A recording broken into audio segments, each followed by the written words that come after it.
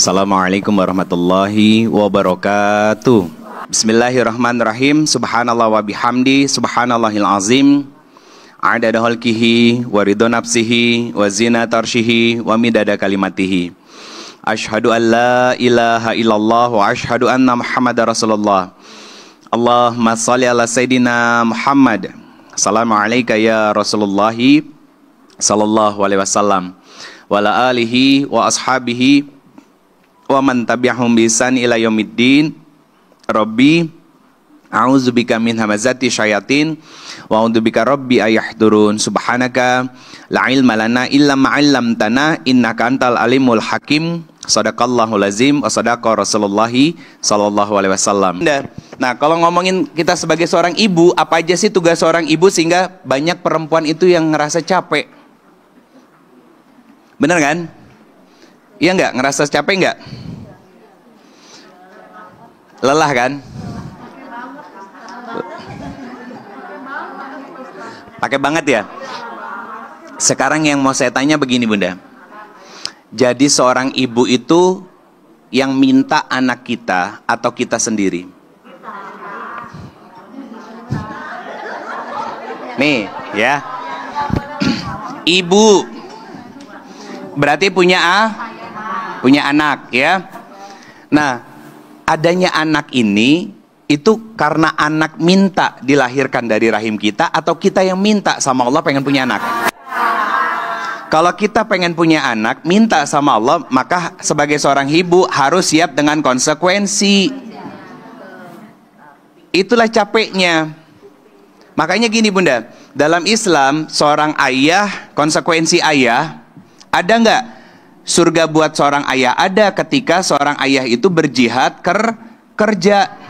Itu jihadnya. Makanya Nabi bilang begini, seorang ayah ketika nauzubillah min dzalik ya, wafat di tengah perjalanan menuju tempat kerjanya dan niatnya itu untuk mencari kecukupan harta yang halal dan thayyiban untuk keluarganya, maka syahid Bunda.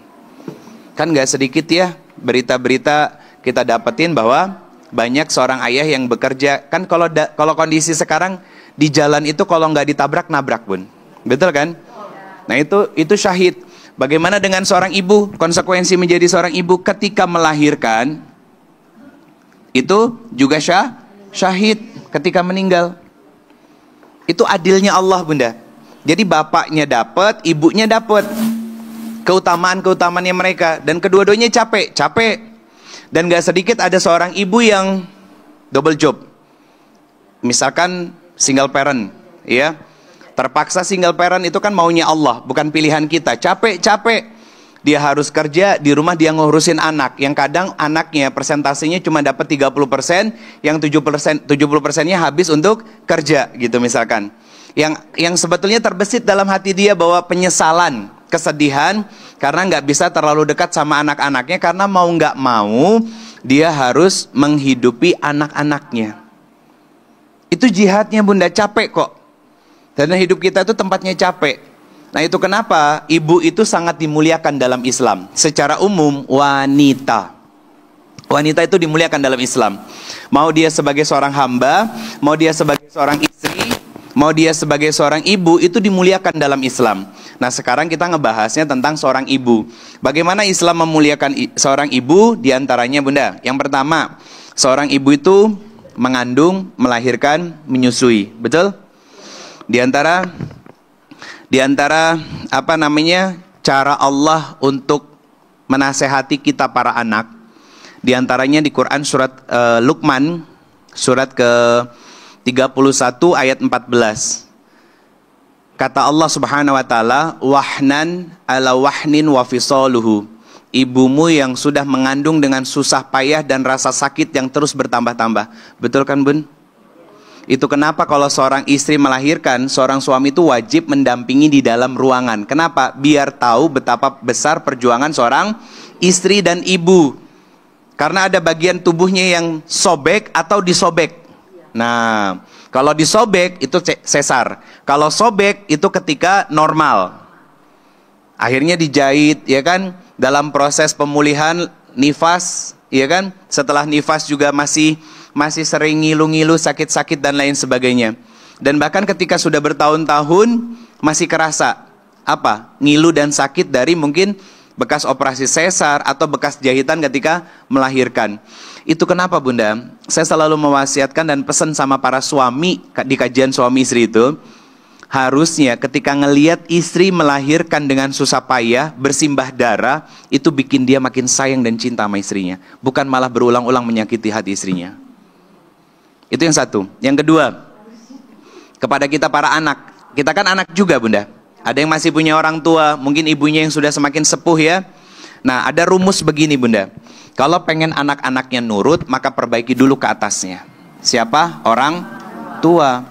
Karena ayatnya jelas.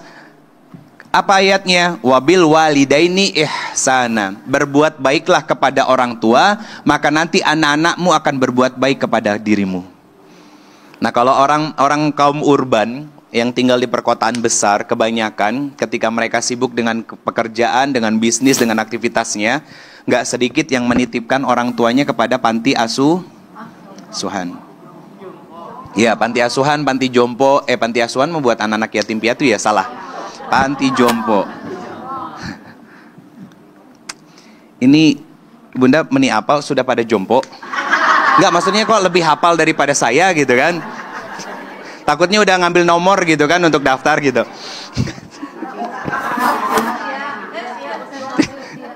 Ya kan pada apal ya panti jompo. Saya kira saya panti asuhan, kan salah ya. Panti jompo kan gak sedikit. Di Bandung ada panti jompo Bunda. Banyak. Ya kita para anak Bunda, semoga ini bisa difasilitasi sama MTUKI gitu, misalkan main ke panti jompo untuk ngeliat orang tua udah pernah ya? Orang tua yang dititipkan oleh anaknya, sedangkan anaknya sibuk dengan kehidupannya. Nanti tinggal nunggu tanggal mainnya Bunda. Tanggal mainnya apa? Nanti anaknya akan mengabaikan dia ketika dia jadi orang tua yang semakin sepuh. Kan kita nggak selamanya muda seperti ini Bunda. Ada masanya kita akan jadi tua. Ya, usia 60-70 tahun mulai pikun ya. Itu kan bikin hal yang menyebalkan buat seorang anak sebetulnya. Tapi di situ perjuangan kita. Kenapa? Banyak kita sebagai anak nggak siap menghadapi orang tua yang punya sifat kekanak-kanakan. Contoh begini. Ada nggak orang tua yang di depan kita seolah-olah baik, tapi ternyata ngomongin kita sama adik kita atau kakak kita? Ada. Kan kakak adik atau kakak deh, mungkin masih bisa cerita mereka sama kita. Ke orang lain banyak Bunda, banyak. Nah itu Allah menghadirkan itu sebagai ujian buat kita, biar kita bisa tetap baik kepada beliau orang tua kita. Kenapa? Gini Bunda rumusnya. Tanpa beliau orang tua kita gak pernah lahir kita ke bumi ini. Gak pernah lahir kita ke bumi ini. Itu kenapa posisi menghormati orang tua itu posisi kedua dalam seutama-utamanya ibadah setelah sholat, yaitu birrul walidain, kepada orang tua. Jadi kan ada seorang sahabat tanya sama Rasulullah, ya Rasulullah kasih tahu ke saya ibadah yang paling dicintai Allah. Yang pertama as-salatu ala waktiha, berarti hablum minallah. Nah, apa dampak dari hablum minallah itu? Poin yang kedua, apa? Birrul walidain, bisa bersikap baik kepada orang tua kita. Yang ketiga apa? Jihadun fi sabilillah. Jihadnya kita sebagai seorang hamba apa? Ibadah kepada Allah, belajar ilmu agama, berbuat baik kepada sesama, bersabar ketika menghadapi ujian, bersyukur ketika diberikan nikmat. Itu jihad kita. Itu jihad-jihadnya kita Bunda. Bahkan Bunda sebagai lebih spesifik lagi, sebagai perempuan ya, jihadnya apa? Sebagai seorang istri taat patuh kepada suami tanpa tapi. Kan susah. Itu jihad makanya. Susah kan? Kenapa dikatakan jihad? Jihad itu jahada. Saya tulis latinnya aja. Apa jahada itu? Jahada itu berkorban, kesungguhan. Atau gini, yang gampangnya, kesungguhan untuk melawan hawa nafsu kita. Itu jihad. Kesungguhan untuk melawan hawa nafsu. Apa contoh hawa nafsu seorang wanita? Itu tadi, gede ambek, ya kan? Kalau hoyong balanja itu normal. Bunda, saya kasih tahu nih ya, perempuan itu kudu matre.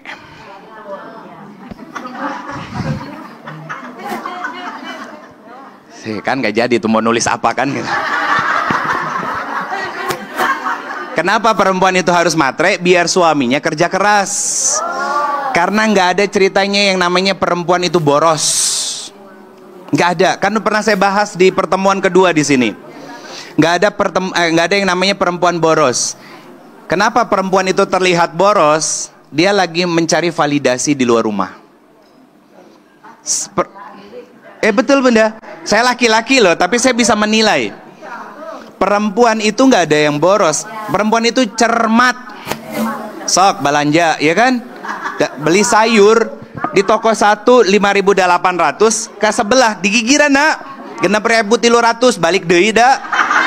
Padahal beda 500 perak. Itu perempuan. Sok. Yang satu punya Lazada, yang satu punya Shopee. Di Shopee barangnya sama, lebih murah. Cekotnya di Shopee.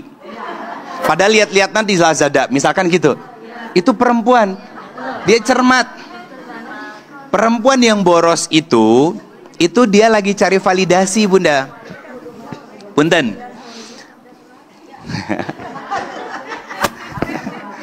Maksudnya apa validasi? Pengakuan dari orang lain. Punten. Dikasih fasilitas sama suami. Kan perempuan itu sebetulnya yang saya tahu ya, dia itu cermat dan amanah. Kalau ada perempuan yang suka ngambur-ngamburin uang, biasanya dapat uangnya juga gampang. Tuh, ibarat kalau bahasa zaman sekarang disebut duit setan dimakan jin. Benar Bunda. Kan nggak tahu duitnya dari mana, bisa jadi dari korupsi, ya kan, nyolong dan lain sebagainya. Pokoknya cepat habisnya, nggak ada tapaknya, nggak ada bekasnya sama sekali. Kenapa? Karena nggak berkah Bunda, betul. Akhirnya apa? Dia cari validasi di luar dengan apa yang dia punya. Misalkan 4 bulan ke belakang iPhone 16 kan belum masuk ke Indonesia. Masuknya baru beli dari luar negeri, beli di paling dekat mana, Malaysia, Singapura. Ya, datang ke Indonesia bayar pajak. Begitu sudah beli, kumpul di antara besti-bestinya dan handphonenya paling baru, nggak mungkin kalau nggak dipuji. Pasti dipuji.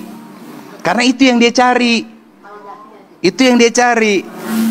Dengan apa? Validasi ini dengan bungkus yang namanya self love.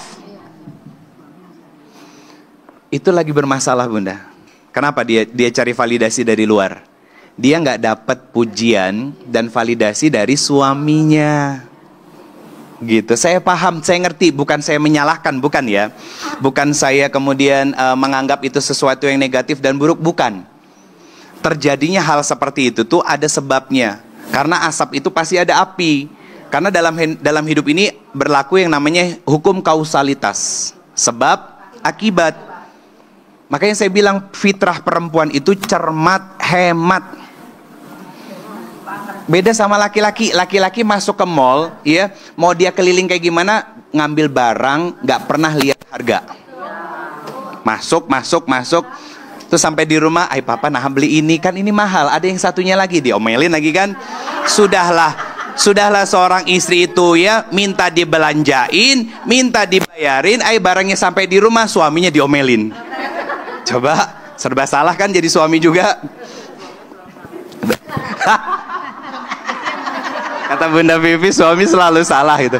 Ya alhamdulillah, insya Allah ayah jadi pahala besar buat ayah dokter itu, ayah dokter itu. Itu Bunda. Jadi kita juga harus tahu diri kita. Harus tahu diri kita sebagai seorang muslim. Kenapa yang saya bahas itu bab tazkiyatun nafs? Sebetulnya sederhana, biar kita lebih mengenal siapa diri kita sebagai seorang hamba.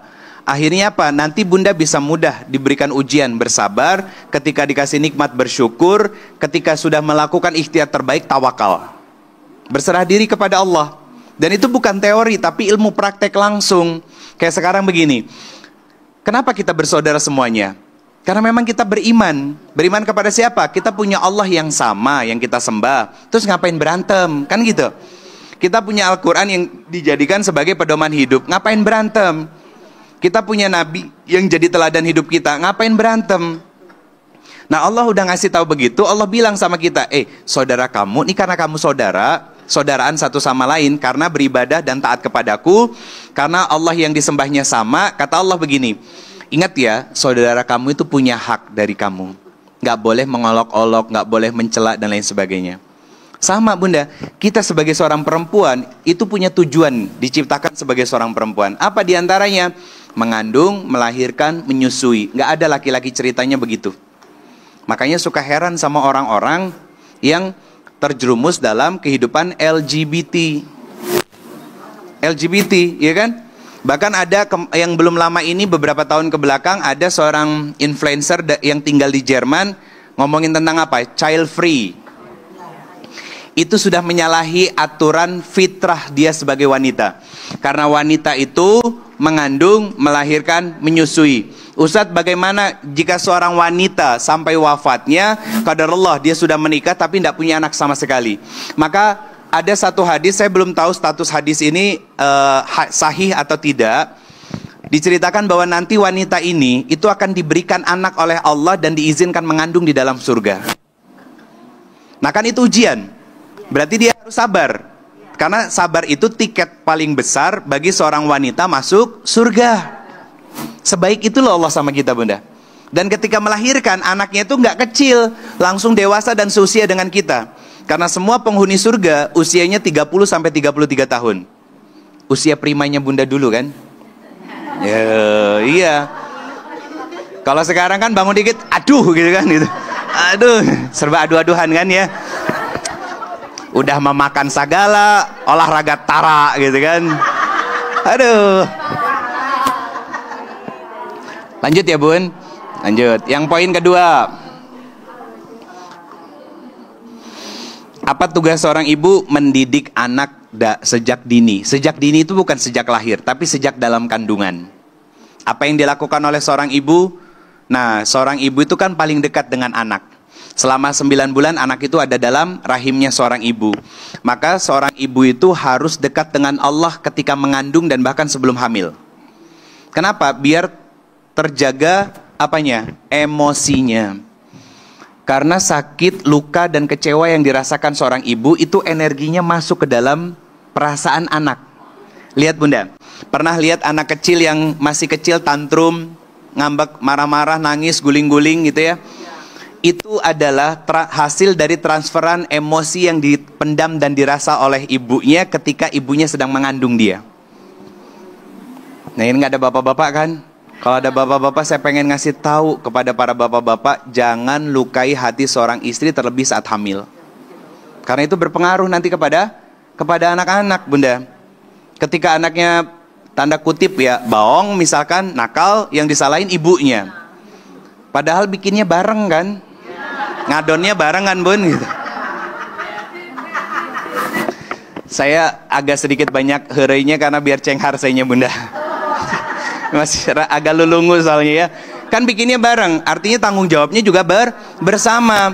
Tentang pendidikan anak nih bunda, saya punya catatannya. Rasulullah SAW bersabda, kenapa saya bilang begitu? Bahwa seorang suami itu harus menjaga mental, kesehatan mental dari seorang istri. Karena Nabi bilang begini bunda, setiap anak itu dilahirkan dalam keadaan fitrah. Maka kedua orang tuanya lah yang menjadikannya Yahudi, Nasrani, dan Majusi. Ini bukan dari sisi religiusitasnya saja, tapi dalam sifatnya pun iya. Contoh saya ambil, kenapa yang poin pertama itu disebut Yahudi? Yahudi itu punya sifat. Apa sifat Yahudi? Pengecut, penakut. Ada nggak anak-anak yang penakut? Ketika didorong orang tuanya, sok AA tampil, aduh pak nggak berani bapak, malu gitu. Itu hasil dari orang tuanya. Hasil dari orang tuanya. Harusnya orang tuanya itu introspeksi diri bunda. Nih ada satu nasihat dari Imam Hasan Al-Basri. Nanti boleh dicatat bunda. Yarhamkumullah. Imam Hasan Al-Basri itu menasehatinya begini. Ini nasihatnya luar biasa banget bunda. Apabila kamu melihat perkara yang tidak kamu sukai pada anakmu, mohonlah kepada Allah untuk mencabut hukumannya darimu. kalau kamu melihat perkara yang tidak kamu sukai pada anakmu, mohonlah kepada Allah untuk mencabut hukumannya darimu. Kenapa? Lanjutnya, dan bertaubatlah kepada Allah atas dosa-dosa yang kamu lakukan. Pertanyaannya, kenapa? Karena keburukan pada anakmu itu adalah teguran Allah kepadamu. Jadi kalau anak bawang itu teguran Allah dari kita, Bunda. Teguran Allah buat kita. Ya kan, kenapa kalimatnya? Apabila kamu melihat perkara yang tidak kamu sukai pada anakmu, maka mohonlah kepada Rabbmu untuk mencabut hukumannya dan bertaubat kepada Allah. Kata siapa? Imam Hasan Al-Basri, seorang ulama besar, Bunda. Karena keburukan pada anakmu itu tujuannya untuk menegur kita. Siapa yang menegur kita? Allah.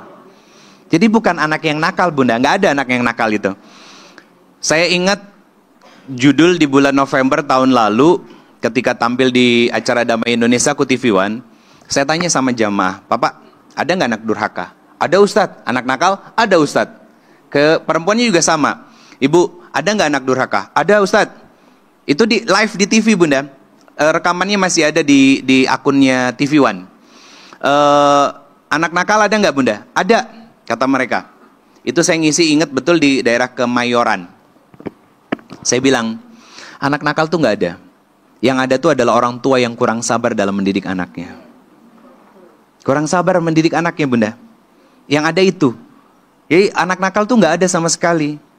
Bisa jadi anak nakal itu, yang kelihatan nakal tuh ya, itu adalah anak-anak yang lagi caper, cari perhatian orang tuanya yang terlalu sibuk sama dunianya. Nah akhirnya apa? Sekali dua kali nggak digubris sama orang tuanya juga nggak ngasih perhatian sama anak-anaknya dan dibiarin. Akhirnya apa? Dia enjoy sama teman-temannya, nongkrong di kafe, nongkrong di pinggir jalan, pulangnya menjelang subuh, bapaknya ke masjid, anaknya bobo gitu kan. Kan itu yang terjadi.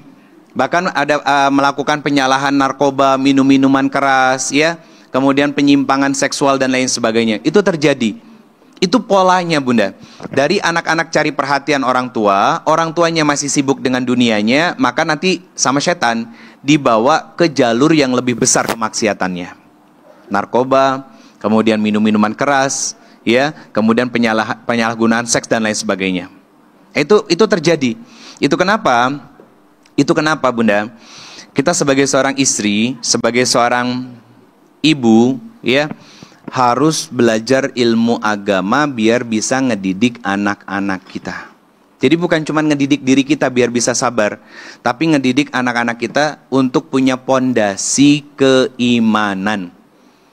Contoh begini, ini pesan yang sering saya sampaikan ke pasangan-pasangan yang masih produktif dan masih bisa punya anak. Apa pesannya? Tolong ajarkan surat Al-Fatihah seminimalnya ke anak kita langsung. Kenapa, Bunda? Itu diulang 17 kali dalam sehari sepanjang umur dari anak kita ketika dia sholat. Itu sholat wajib doang, 17 rakaat. Diajarin juga ke anaknya dia ngajarin ke cicitnya kita berarti ya, terus ke anak sampai ke bawah, sampai kiamat. Itu pahalanya terus ngalir buat kita. Itu baru surat Al-Fatihah, Bunda.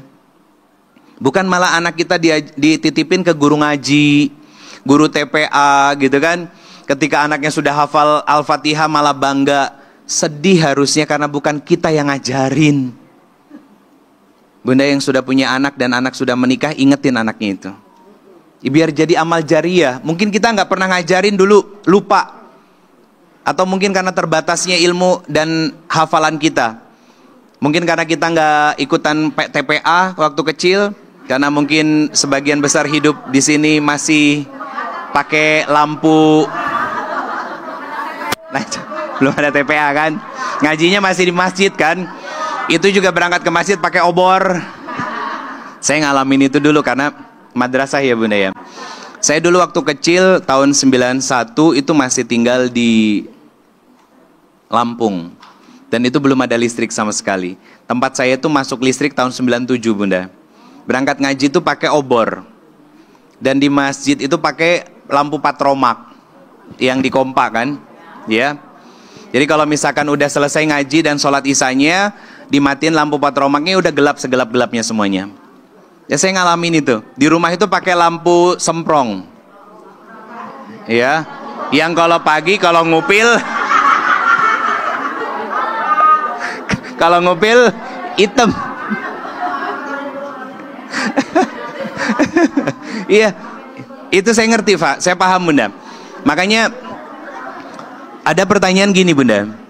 Ustadz, kalau saya mengakui saya salah sebagai seorang ibu. Saya nggak ngajarin agama sama anak saya, bahkan sangat sedikit. Apa yang harus saya lakukan? Satu, taubat sama Allah. Kan tadi kata Imam Hasan Al-Basri, minta taubat. Yang kedua, minta ampun sama Allah. Yang ketiga, minta maaf sama anak-anak kita.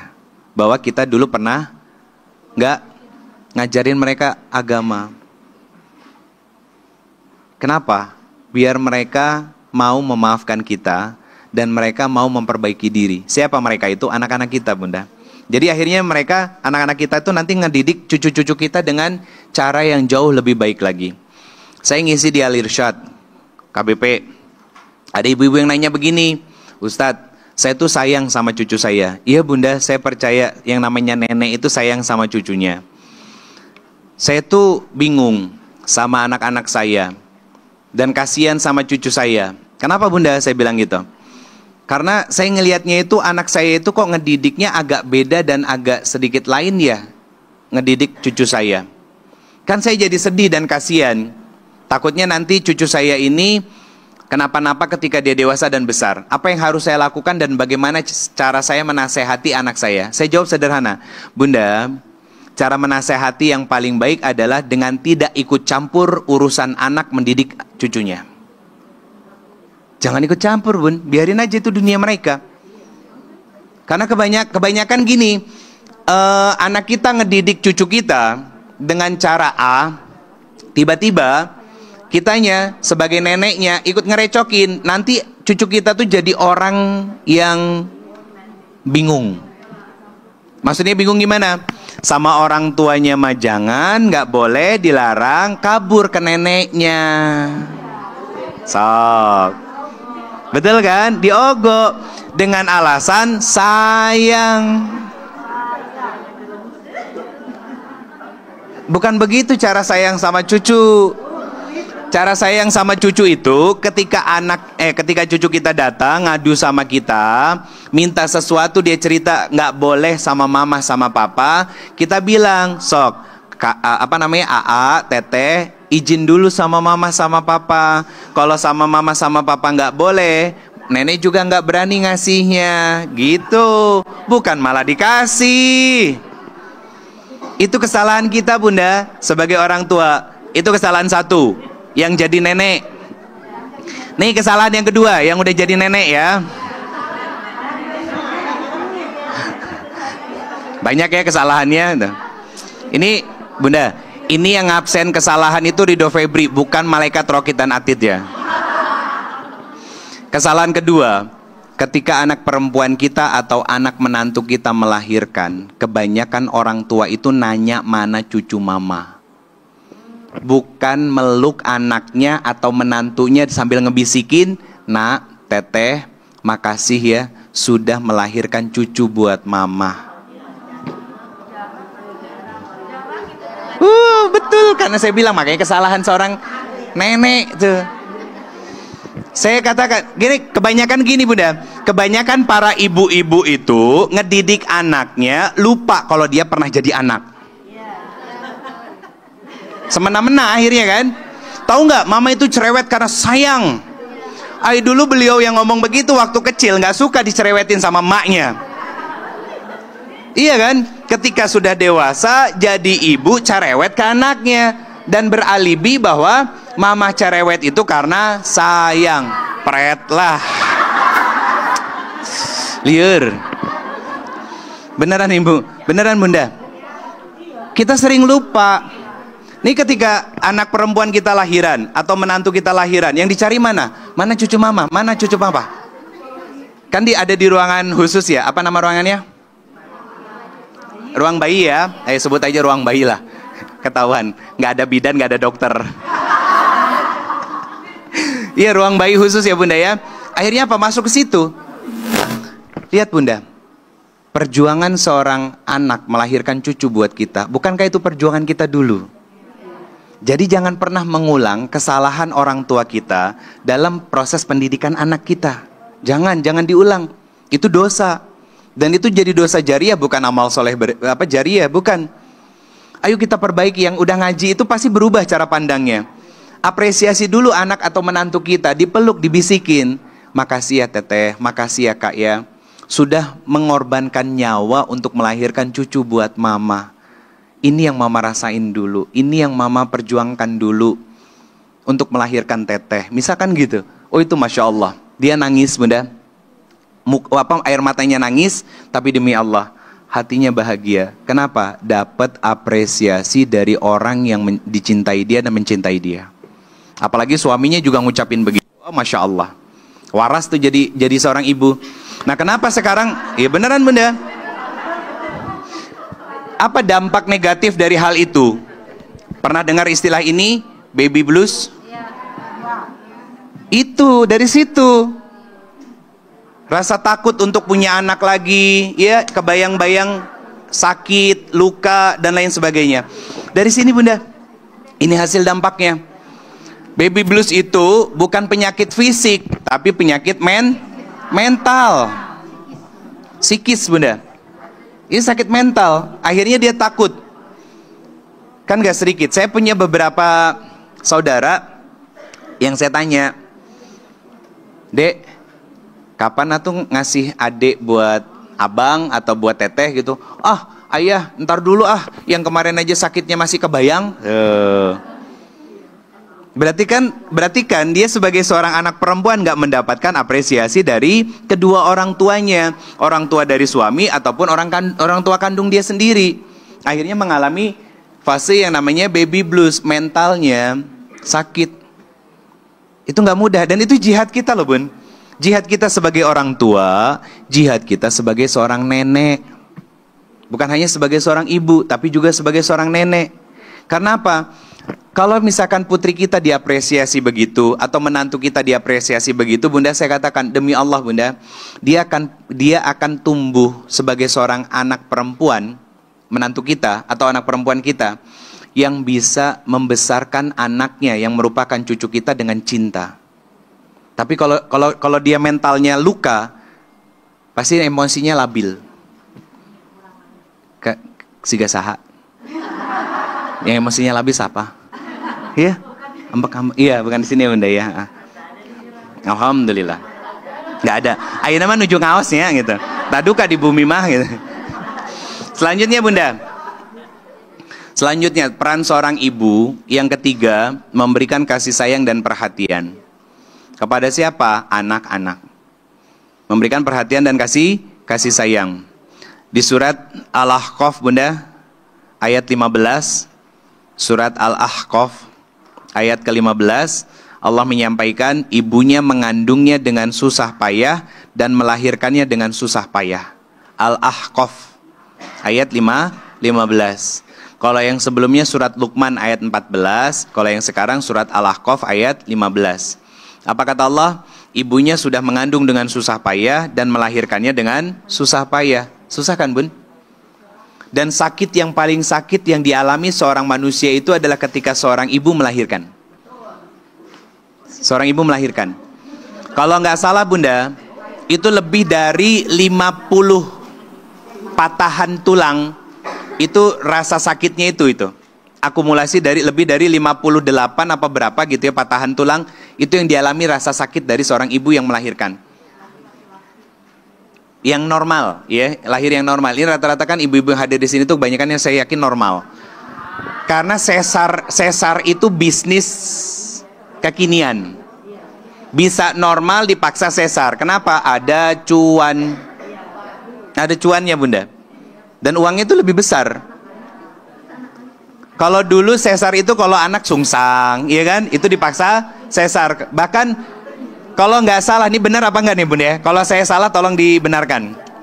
Untuk memperbaiki posisi bayi, kata orang tua dulu itu banyakin jalan, banyakin Kan bergerak. Iya kan? Bergerak. Ngepelnya bukan pakai yang gagang, cingogo. Iya. Iya. Betul Bunda. Sama kayak mamah di rumah tuurnya juga hitam karena sering ngepel. Sering ngepel sama sujud kalau mama. Nah, itu betul ya. Kan kenapa? Karena memperlebar rahim. Akhirnya apa? Posisi kepalanya ke bawah karena rahimnya lebar. Sehingga nanti dalam proses melahirkannya juga jauh lebih mudah. Kenapa? Karena rahimnya lebih elastis. Dan tempat untuk keluar kepala anaknya itu juga lebih elastis. Jadi bukan hanya sekedar tidur. Saya laki-laki walaupun gak ngerti, tapi saya pelajari Bunda. Kenapa? Saya punya istri perempuan soalnya gitu. Biar apa? Biar makin sayang sama istri. Keempat Bunda. Keempat, menjadi teladan dan dalam ibadah dan akhlak. Jadi ibu itu harus jadi teladan dalam ibadah dan akhlak. Harus jadi teladan Bunda. Ini kayaknya nanti disambung temanya part kedua deh. Karena pulih tanpa kecewanya belum. Saya baru ngomongin jihadnya seorang ibu dulu. Iya kan? Kan tadi capek kan? Capek, lelah ya? Lelah. Menjadi seorang ibu tuh nggak mudah. Dengan tugas-tugasnya, satu, mengandung, melahirkan, menyusui. Itu capeknya luar biasa Bunda. Lagi hamil, istirahat kurang. Anak sudah lahir, istirahat terganggu. Betul kan? Capek. Kemudian ketika menyusuinya juga sama ya. Bahkan nggak sedikit yang anak nemenin ibu yang tidur. Yang kedua, mendidik anak sejak dini. Itu capek Bunda. Anak-anak kita sudah dewasa, mungkin ada beberapa yang sudah berkeluarga, ya, itu capek. Pertanyaannya, apa balasan dari semua capek dan lelahnya seorang ibu? Kalau mengerjakannya karena Allah, betul niatnya untuk Allah, maka pahala surga Allah berikan. Surga Bunda. Buat seorang ibu yang sudah susah payah, capek melahirkan, capek mengandung, capek menyusui, kemudian capek mendidik anak. Nah, saya kasih tahu bini Bunda. Anak itu ada dua kategori. Satu anak biologis, yang kedua anak ideologis. Paham maksudnya? Nih, anak biologis itu anak yang lahir dari rahim kita. Anak ideologis adalah anak angkat, bisa jadi keponakan kita, ya, dari saudara kita yang kita didik dan kita besarkan. Itu anak kita juga. Ustadz, nanti kalau saya wafat doanya mereka sampai nggak ke kita? Sampai.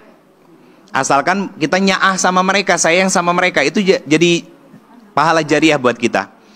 Jadi anak itu ada dua macamnya, anak biologis dan anak ideologis.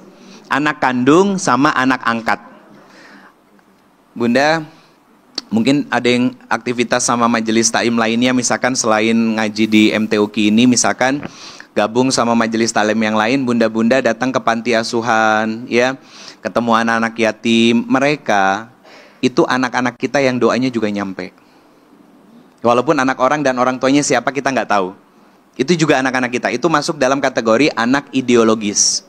Siapapun yang kita tolong, dia anak-anak, ya, kita kasih hadiah, kita kasih apapun, maka kebaikan yang dia lakukan sampai dewasa, sampai kiamat itu ngalir buat kita. Jadi orang tua itu bukan hanya orang tua kandung Bunda. Guru itu orang tua. Atasan di kantor buat anak-anak kita tuh ya, itu juga orang tua buat anak-anak kita. Atasan-atasannya dia di kantor, itu orang tua buat dia. Jadi orang tua itu bukan hanya sekedar yang melahirkan kita, bukan. Itu paradigma yang salah. Kenapa saya ketika punya teman, punya sahabat Bunda, itu saya mau memegang tangan ibunya dan mencium tangannya, yang biasanya saya nggak mau tersentuh sama perempuan. Kenapa? Saya jaga wudhu. Saya nggak mau tersentuh. Tapi kalau ibu-ibu teman saya, itu saya cium tangannya. Usianya 56 tahun, 50, 60 tahun, 70 tahun, saya cium tangannya. Kenapa? Tangan-tangan itu yang sudah membesarkan anak-anak dengan keberkahan. Terus kalau saya ibadah gimana? Ya saya tinggal wudhu lagi. Saya wudhu lagi Bunda.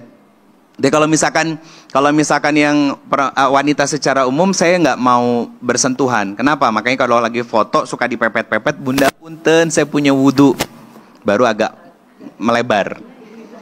Iya. Saya bukan sekali dua kali bunda. Lagi pengen dipoto, coba dari belakang dicubit. Ih Ustadz gemes ya. Astagfirullahaladzim. Itu untung lagi nggak bawa teteh gitu kan. Lagi nggak bawa istri saya. Dicubit muka, dicubit tangan gitu. Ada bunda. Ada, bahkan ada yang pernah izin sama saya begini, Ustadz boleh nggak nyubit sedikit aja?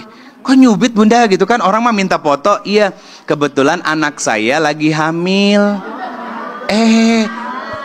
Berharapnya pengen kayak saya gitu kan. Saya bilang kan bukan saya bapak dari anaknya kan gitu. Ada aja. Akhirnya apa? Kalau gitu foto aja ya bunda ya, nggak usah nyubit gitu. Karena apa? Takutnya nggak bisa nyubit badan saya. Keras bunda. Ini keras ini. Nggak boleh sok coba, nggak boleh. Ini keras beneran. Teteh aja nggak bisa nyubitnya. Makanya teteh kalau karena nggak bisa nyubit ngapain? Ngegigit ya. Lanjut ya. Nah, selanjutnya bunda nih. Tadi 4 ya, menjadi teladan dalam ibadah dan akhlak. Ini saya takut nggak nyampe nih ngebahas yang tentang pulih tanpa kecewa. Nanti tema bulan depan lah ya, insya Allah bulan depan. Nggak, saya lanjutin dulu pembahasannya tentang jihadnya seorang ibu. Karena ini masih ada beberapa yang mau saya sampaikan kepada para ibu-ibu ya. Terutama gini bunda, menjadi teladan dalam ibadah dan akhlak itu. Dalam Islam ada istilah yang namanya ummun dan abun. Ummun dan abun dan walidun dan walidatun. Apa bedanya? Nah, ummun, abun, walidun, walidatun itu artinya sama. Ummun itu artinya ibu. Abun artinya ayah. Walidun artinya ayah. Walid. Tahu Walid kan? Tahu filmnya Walid?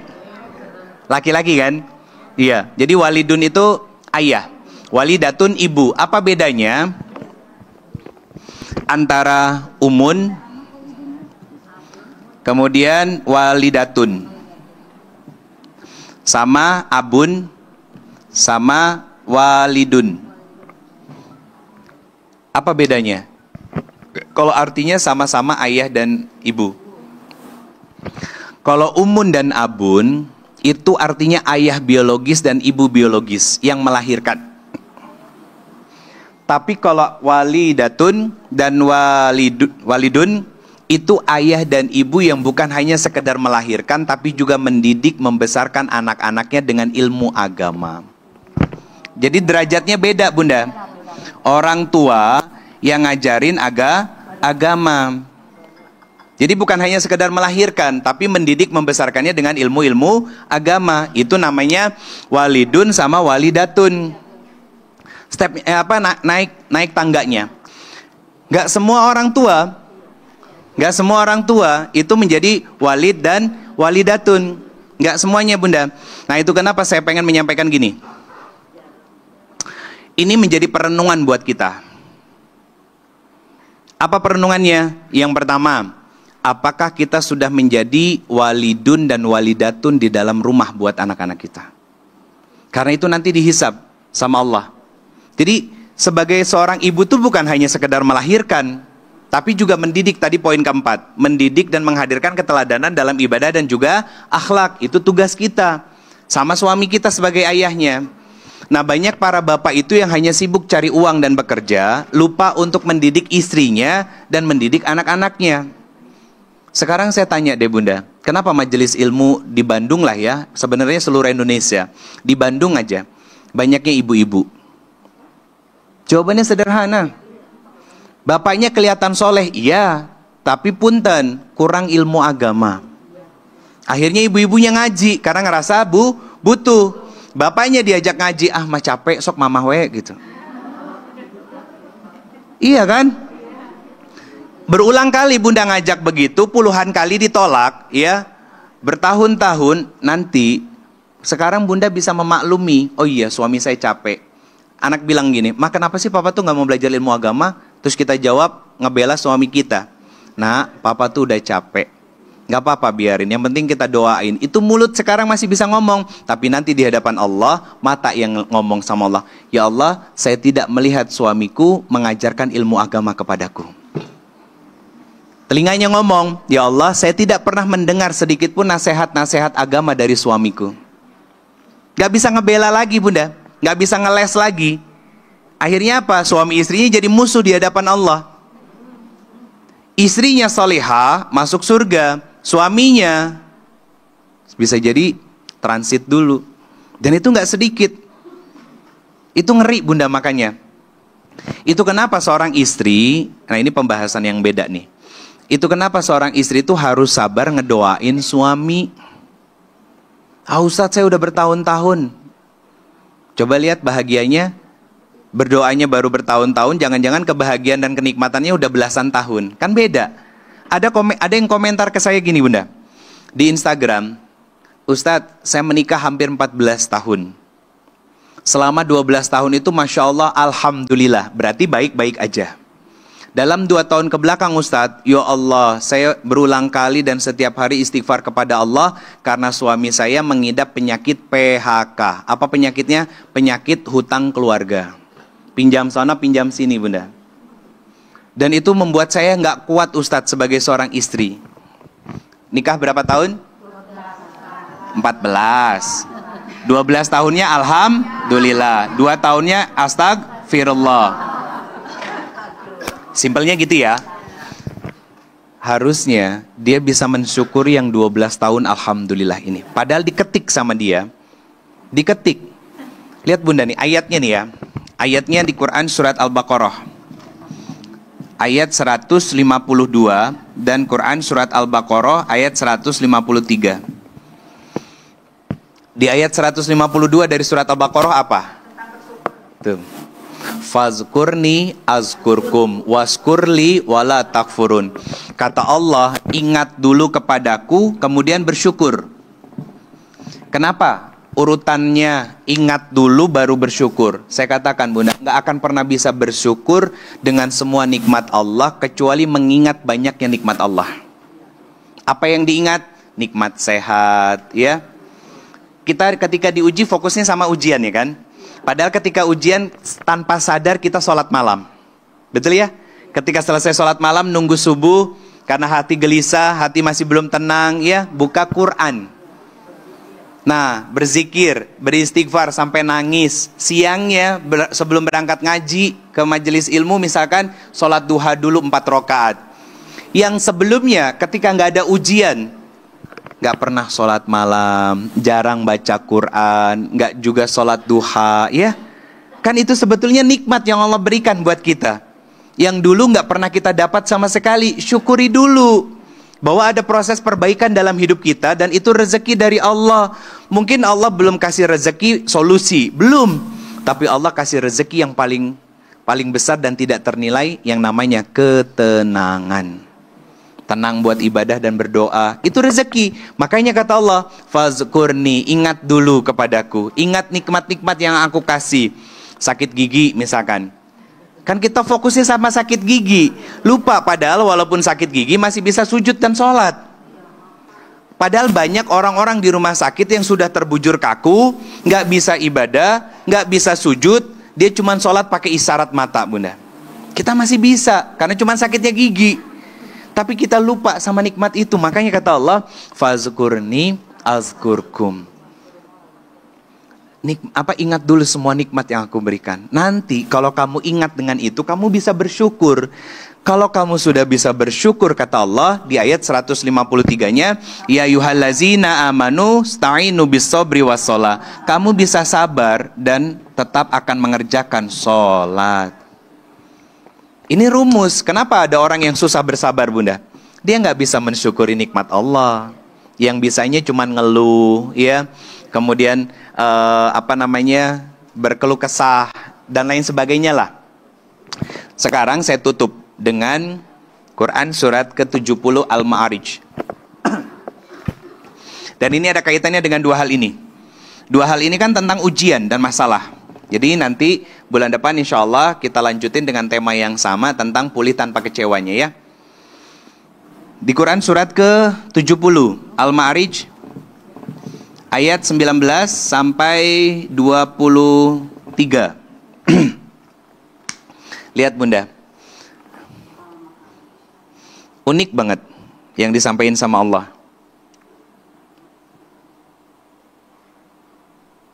Sudah dibuka? Apa kata Allah Subhanahu wa taala? 1. Sungguh manusia itu hobinya ngeluh.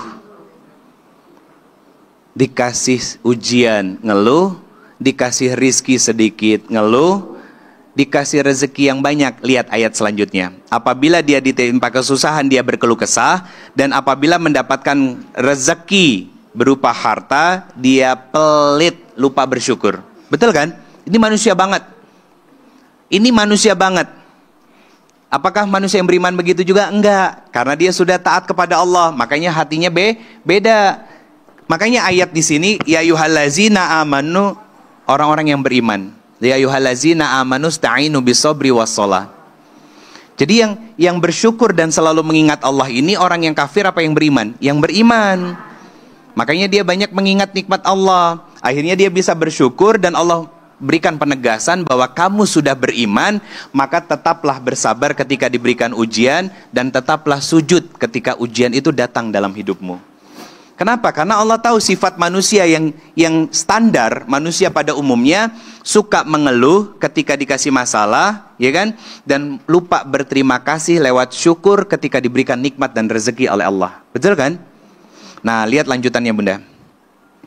Ayat 23 dan 22 dan 23. Apa kata Allah Subhanahu wa taala? Illal musallin, kecuali yang salat. Kenapa disebutkan oleh Allah di sini kata salat? Ingat hadis Nabi? Nabi SAW dipuji oleh Aisyah, "Ya Rasulullah, kenapa engkau capek-capek salat malam?" Kan itu salat, ibadah ya, yarhamkumullah. Itu ibadah ya. Nah, kenapa Rasulullah tetap sholat malam padahal kakinya sudah bengkak setiap malam? Apa yang dijanjikan Allah kepada Rasulullah? Tidak punya dosa, maksum, dijaminkan surga, dosanya semuanya dihapuskan oleh Allah dan diampuni. Apa jawaban Nabi? Salahkah kalau aku menjadi hamba yang bersyukur? Jadi sholat itu Bunda, itu cara kita bersyukur kepada Allah. Itu cara kita bersyukur kepada Allah. Makanya diletakkan semua anggota tubuh kita untuk sujud kepada pemilik semua nikmat, yaitu Allah. Kepala ini kan kehormatan kita. Tapi bagi kita ketika kita sholat, kita letakkan sejajar dengan tubuh-tubuh kita. Dan bahkan maaf Bunda, maaf banget, ketika kita sujud, mohon maaf ya, posisi kepala kita itu sedikit lebih rendah daripada alat untuk membuang kotoran bagian belakang. Betul nggak? Bahwa tidak ada yang lebih baik dan tidak ada keistimewaan yang diri kita kecuali sujudnya kita. Itu hikmah namanya. Oke, selama ini kan kita jaga. Kita nggak suka kepala kita dipegang sama orang, kita nggak suka kepala kita ditoyor sama orang, misalkan gitu ya. Kenapa? Karena kita menganggap kepala ini sebagai kemuliaan. Tapi ketika sujud, posisinya jauh lebih rendah daripada beberapa anggota tubuh kita yang merupakan tempat keluarnya kotoran, baik dari depan ataupun dari belakang. Itu serendah itu Bunda kita di hadapan Allah. Makanya wujud syukur kita kepada Allah. Lihat ayat 23-nya.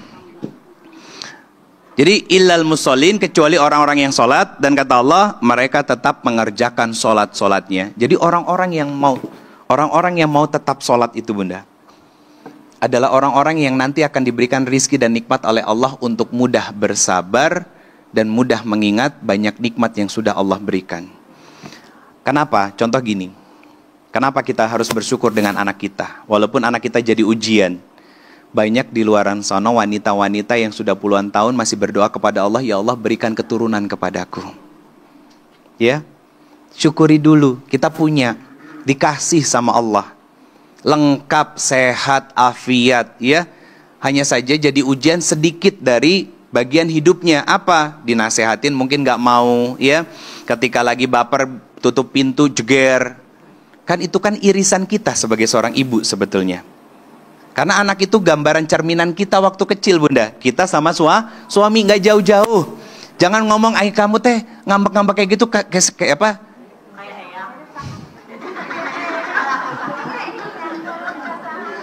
Iya, gimana Bunda bahasa Sundanya?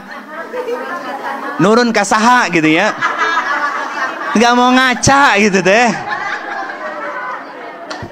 Kan nggak mungkin dari orang lain gitu kan, atau anak kita ketukar di rumah sakit gitu kan, nggak mungkin. Kita sering nggak sadar diri, makanya saya bilang tadi, banyak orang tua yang lupa kalau dia pernah jadi anak. Iya, itu syukurin dulu Bunda. Kita punya suami, suaminya pika sebelen misalkan ya cilepeng dikit gitu kan. Disyukuri. Di luaran sana banyak yang masih berdoa minta pasangan. Nggak semua ngerti cilepeng ya. Disyukuri dulu Bunda, maka nanti Bunda bisa bersabar dengan semua kekurangan pasangan. Kenapa? Gini, saya tutup dengan kalimat ini, nanti sesi tanya jawab. Di bulan depan kita ngebahas tentang luka, kecewa, sakit hati, ujian, dan bagaimana cara kita memulihkan dirinya agar tidak kecewa lagi terhadap anak-anak kita ataupun terhadap pasangan kita. Saya tutup dengan kalimat begini Bunda. Bunda, kalau salah milih baju, bisa diretur ya? Salah warna, salah ukuran, bisa ditukar. Tapi kalau salah milih pasangan, itu penyesalannya seumur hidup. Seumur hidup Bunda. Nah itu kenapa kita syukuri pasangan kita yang sekarang. Kita syukuri keberadaannya, keadaannya, dengan semua kekurangannya. Sedikit dulu Bunda. Apa sih aib suami itu? Apa sih aib suami Bun? Ayo. Sok yang suka dicurhatin ke teman. Apa aib suami? Satu, egois. Sekarang bilang pamali ya. Ay kalau lagi kehel mah nggak kebayang tuh pamalinya gitu ya, keluar semuanya. Satu, egois. Kedua, keras kepala. Ketiga, pengen menang sendiri. Ada yang suami yang pelit? Ya Allah, kasihan banget Bun. Bunda, kalau ada suami yang pelit, datang ke kelurahan minta surat pernyataan tidak mampu. Kan suaminya pelit, kan serba kekurangan kan, biar nanti dapat bansos dan lain sebagainya. Bunda, apa sisi baik suami?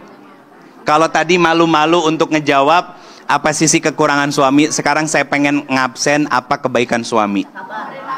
Tuh, Masya Allah. Sabar, mau ngalah, ya. Apalagi pemaaf, suka ngasih-ngasih, nggak pelit ya. Masya Allah. Kalau tadi ada yang ngomong suaminya pelit, kasihan Bunda. Nanti daftar ke MTUKI sebagai penerima sumbangan. Terus apa lagi kebaikan suami?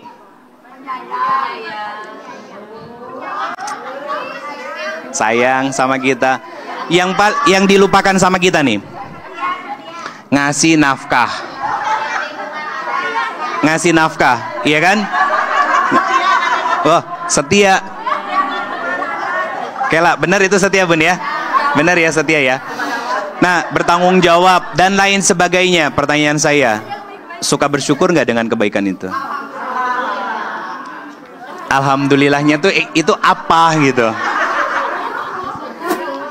Karena gini Bunda, pernikahan itu lihat polanya nih ya.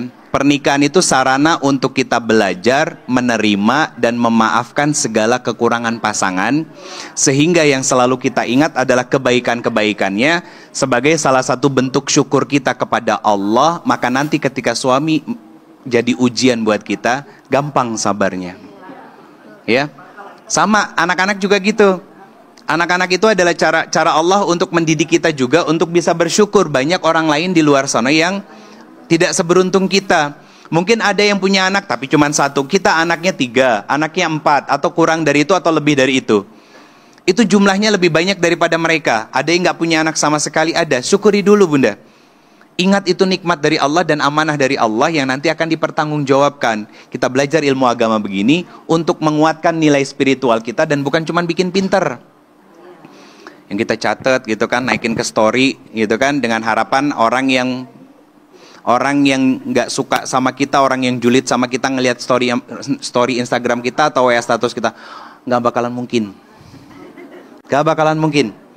Justru perbaiki diri kita dulu. Dengan ilmu agama bikin kita nilai spiritualnya meningkat, dekat dengan Allah. Akhirnya mampu menjaga dan mengontrol sisi emosi di dalam diri kita. Nggak baperan, nggak gede ambek, nggak egois, nggak cemburuan, curigaan, overthinking. Nggak. Bisa dikontrol, bukan dihilangkan. Dikontrol, Bunda. Dan akhirnya muncul kesyukuran. Karena nikmat Allah lebih banyak daripada ujian yang Allah kasih. Sehingga apa? Ketika ujiannya datang, kita siap menghadapinya karena emosinya stabil, nggak labil. Makanya malu, usianya sudah panjang begini masih labil emosinya dah.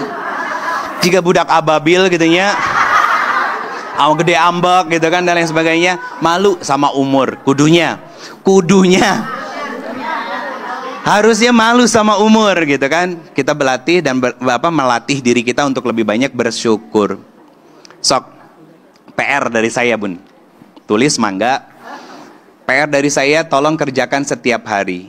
Apa? Pagi hari sebelum beraktivitas. Bukan pagi hari, malam hari menjelang tidur bikin jurnal syukur. Ya Allah, terima kasih pagi ini Engkau sudah membangunkanku lebih awal sehingga Engkau mengizinkanku untuk beribadah. Sok, tulis semua kesyukuran kita. Ya, saya minta seminggu aja atau sebulan sampai bulan depan kita ketemu lagi. Nanti saya bakal tanya. Boleh diperiksa nanti. Ya, boleh nanti diperiksa ya. Yang nggak ngumpulin disetrap, suruh berdiri di depan. Jadi maksud saya gini, Bunda. Tulis ya. Kan kalau 1 bulan berarti cuma 30 lembar, 30 halaman. Ya. Coba nanti dibaca ulang bolak-balik seminggu aja dulu nih. Lihat. Banyak nikmat yang Allah kasih atau luka dan kecewa. Itu maksudnya. Biar melatih kita untuk bersyukur, Bunda. Melatih bersyukur. Ya Allah, alhamdulillah hari ini saya ngelihat suami saya bahagia ketika saya saya buatkan sarapan. Dan alhamdulillah hari ini saya bisa mencium tangan suami saya untuk dia bekerja. Dan dia bekerja sebagaimana normal laki-laki bertanggung jawab dan suami yang lainnya. Dan saya bisa sholat duha untuk mendoakan suami saya dan lain sebagainya. Ketika sore, alhamdulillah ya Allah, sore ini saya ngelihat suami saya pulang dalam kondisi yang lelah dan capek.